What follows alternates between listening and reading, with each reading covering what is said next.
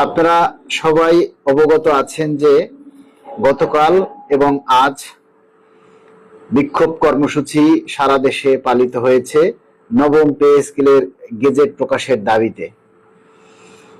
আপনারা যারা অংশগ্রহণ করেছেন বিভিন্ন জায়গা থেকে, ঢাকা শহর সহ ঢাকার বিভিন্ন বাহিরে বিভিন্ন জেলা উপজেলায় যারা কর্মসূচি পালন করেছেন তাদের প্রতি আন্তরিক ধন্যবাদ এবং কৃতজ্ঞতা প্রকাশ করছি। এর মধ্যে যদি আমরা ডিফেন্স বাদ দেই তাহলে প্রায় 15 লক্ষ কর্মচারী থাকে। এই 15 লক্ষ কর্মচারীদের মধ্যে থেকে যদি আমি 2 লক্ষ কর্মকর্তা বাদ দেই তাহলেও প্রায় 12 লক্ষ থাকে, 13 লক্ষ থাকে। আরো 3 লক্ষ বাদ দিলাম, 10 লক্ষ কর্মচারী সারা বাংলাদেশে। এই 10 লক্ষ কর্মচারীর মধ্যে মনে করেন 3 লক্ষ কর্মচারী ঘুষখোর, যাদের পে স্কেলের দরকার নেই। এই 3 লক্ষ বাদ দিলাম, থাকলো 7 লক্ষ। এই 7 লক্ষ কর্মচারীর মধ্যে থেকে 2 লক্ষ বাদ দিলাম যাদের আর্থিক অবস্থা ভালো আছে, বেতন পেলেও চলে, বাপ দাদার সম্পত্তি আছে, যা পায় তা দিয়ে তারা চলতে পারে, পে স্কেল না হলেও চলে। বাকি থাকলো 5 লক্ষ। এই 5 লক্ষ কর্মচারীর তো পে স্কেল দরকার। সেই 5 লক্ষ কর্মচারী কোথায়? আজকের তথ্য মোতাবেক সারা বাংলাদেশের যে কর্মসূচি আজকে পালিত হয়েছে, আন্দোলন হয়েছে, এটাকে আরো 3-4 গুণ বাড়াতে হবে যদি পে স্কেল বাস্তবায়ন করতে হয়। এবং আমি এই লাইভে আসার আগে একটা বার্তা দিয়েছি যে যদি নির্বাচনের আগে পে স্কেল বাস্তবায়ন করতে হয় তাহলে সারা বাংলাদেশে যত পেশাজীবী সংগঠন রয়েছে সকল পেশাজীবী সংগঠনকে হিংসা, বিদ্বেষ, ঝগড়া, বিবাদ, মনোমালিন্য, ভুল বোঝাবুঝি সবকিছু 15 দিনের জন্য ভুলে গিয়ে দাবি আদায় ঐক্য পরিষদের সাথে একাত্মতা প্রকাশ করে সম্মিলিতভাবে কঠিন লাগাতার কর্মসূচি পালন করতে হবে। এমন কর্মসূচি দিতে হবে যে 7 তারিখ থেকে 15 তারিখ পর্যন্ত, 7ই ফেব্রুয়ারি থেকে 15 ফেব্রুয়ারি পর্যন্ত লাগাতার কর্মসূচি চলবে। এভাবে কর্মসূচি ঘোষণা করতে হবে। তাহলে হয়তো আমরা নির্বাচনের আগে পে স্কেলের মুখ দেখব। আর যদি সারা বাংলাদেশ থেকে যে 5 লক্ষ কর্মচারী রয়েছে সেই 5 লক্ষ কর্মচারীর মধ্যে মুনাফেক, বেঈমান যারা আছে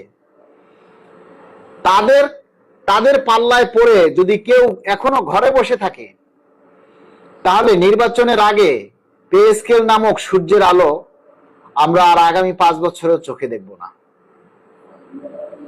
তাই আমাদেরকে হিংসা, বিদ্বেষ সবকিছু ভুলে সবাইকে ঐক্যবদ্ধভাবে রাজপথে নেমে আসতে হবে। আমরা এখনো একটা অফিসের সবাইকে আমরা রাস্তায় নামাতে পারিনি।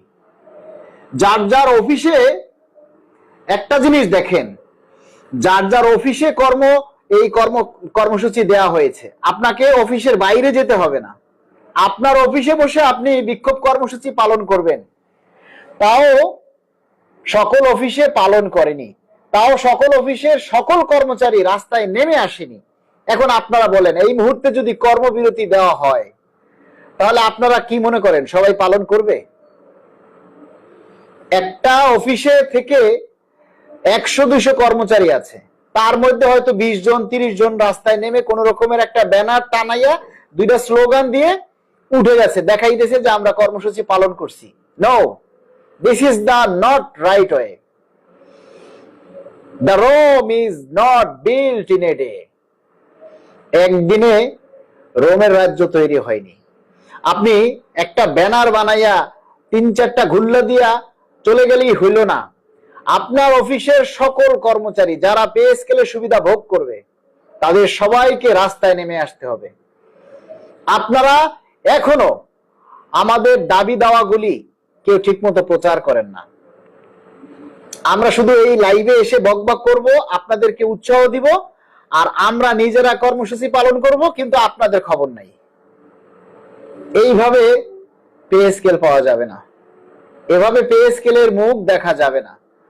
যদি নির্বাচনের আগে এই একটা জিনিস ধরুন, মনে করেন এখন 900 কর্মচারী আছেন আমার লাইভে, কয়জনে শেয়ার করছেন? কয়জনে শেয়ার করছেন আমাকে একটু বলেন।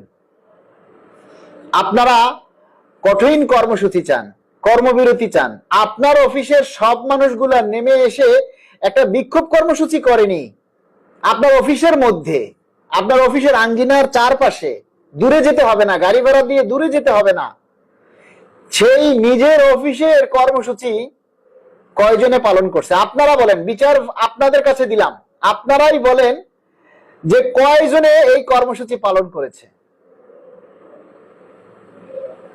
আজকে আমরা সারা দেশের যে ভিডিও চিত্র বা ছবি যা দেখেছি, তাতে মনে হয় না যে সারা দেশ থেকে 50,000 কর্মচারী অংশ নিয়েছে। সব জায়গার খবর আমাদের কাছে আছে, সব জায়গার রিপোর্ট আমাদের কাছে আসে, কিন্তু আমাদের যে চিন্তা, যেটা আমরা ক্যালকুলেশন করেছি, তাতে মনে হয় না যে সারা দেশ থেকে 50,000 লোকের বেশি কর্মসূচি পালন করেছে, যেখানে কর্মসূচি পালন করার কথা 5 লাখ। আপনারা যদি এখনো এই যে আগামীকালকে দাবি আদায় ঐক্য পরিষদের পক্ষ থেকে জাতীয় প্রেস ক্লাবের সামনে, ঢাকা জাতীয় প্রেস ক্লাবের সামনে প্রতিবাদ সমাবেশের আহ্বান করা হয়েছে। দাবি আদায় ঐক্য পরিষদের পক্ষ থেকে আগামীকাল সকাল 10টায় প্রতিবাদ সমাবেশের আহ্বান করা হয়েছে। সেই প্রতিবাদ সমাবেশের স্থল থেকেই পরবর্তী কঠিন কর্মসূচি ঘোষণা করা হবে।